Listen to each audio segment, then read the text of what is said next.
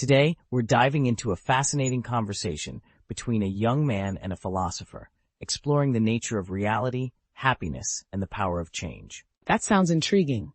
What are the core themes we'll be exploring?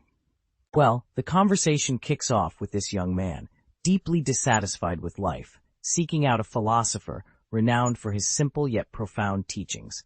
This philosopher believes the world is incredibly simple, and happiness is attainable by everyone, instantly. That's an audacious claim. Is this just an idealistic view, or does the philosopher have a more practical perspective? Exactly. The young man is skeptical. He's not convinced by this simple world notion. To him, life is full of chaos, contradictions, and complexities. He views happiness as an unrealistic concept in the face of all the challenges he sees. He challenges the philosopher to prove his point. I get it. So what does the philosopher say? The philosopher calmly reiterates that the world and life itself are fundamentally simple.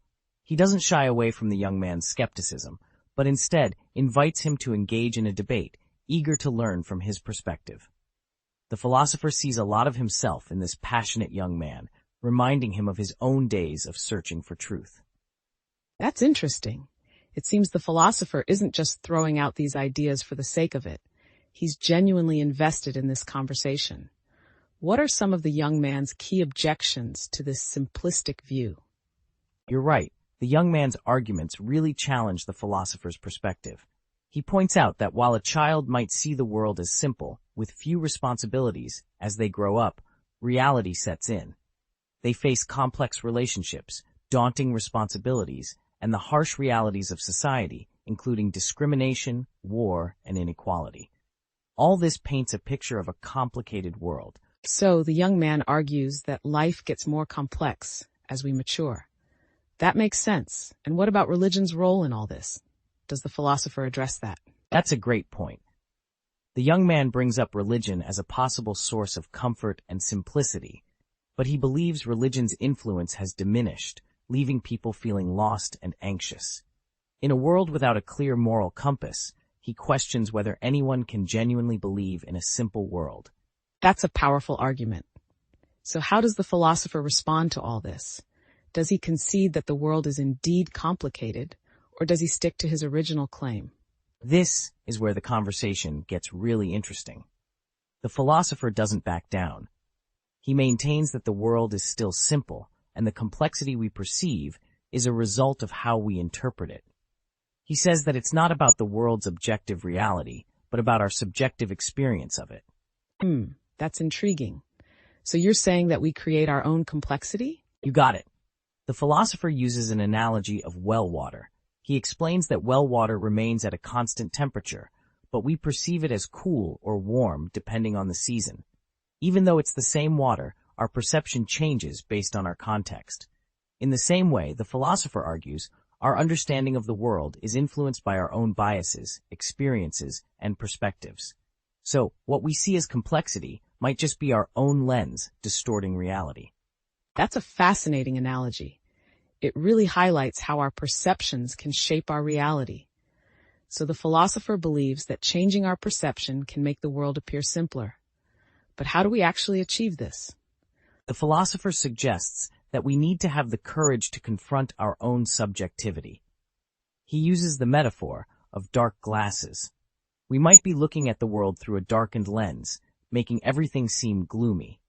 To see the world with clarity, we need to remove those glasses, even if it means facing a blindingly bright world at first. This requires courage and the willingness to challenge our own perspectives. Wow, that's a bold statement. The idea of confronting our own biases and perspectives is quite profound. So it's not just about accepting the world as it is, but about actively engaging with it and challenging our own limiting beliefs.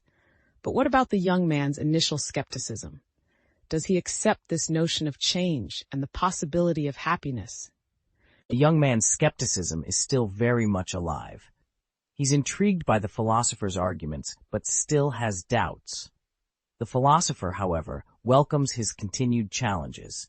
He believes that everyone can change, including the young man, and that everyone can achieve happiness. He's ready to engage in a deeper discussion to explore these ideas further. This is getting really exciting. I'm eager to see how the conversation unfolds. The young man is clearly eager to challenge the philosopher's views. I imagine their debate will be intense. What are some of the key areas where they might disagree? Absolutely. The young man's key argument is that people cannot change. He believes that we are inherently bound by our past experiences and choices. He's skeptical of the notion that someone can fundamentally alter their nature. But the philosopher, of course, disagrees. He believes that change is possible, even if it's a difficult and challenging process. He's willing to explore these ideas with the young man, ready to engage in a lengthy, in-depth debate. So we have a clash of perspectives, one believing in the immutability of human nature and the other believing in the possibility of change.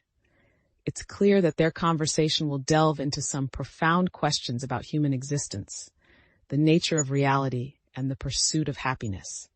I'm sure this podcast will be a captivating exploration of those ideas. You're right. The young man, brimming with passion and seeking truth, invites the philosopher to a deep dive into these complex themes.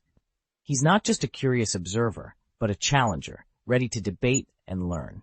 It's going to be a night of intense conversation, exploration, and hopefully some clarity. I can't wait to hear more. I'm sure this conversation will provide invaluable insights into the nature of reality and the human experience. Thanks for sharing this with us. You're welcome. This is just the beginning of a very captivating journey. Join us again next time as we dive deeper into the heart of this philosophical exchange. I won't miss it. This is going to be an unforgettable podcast experience.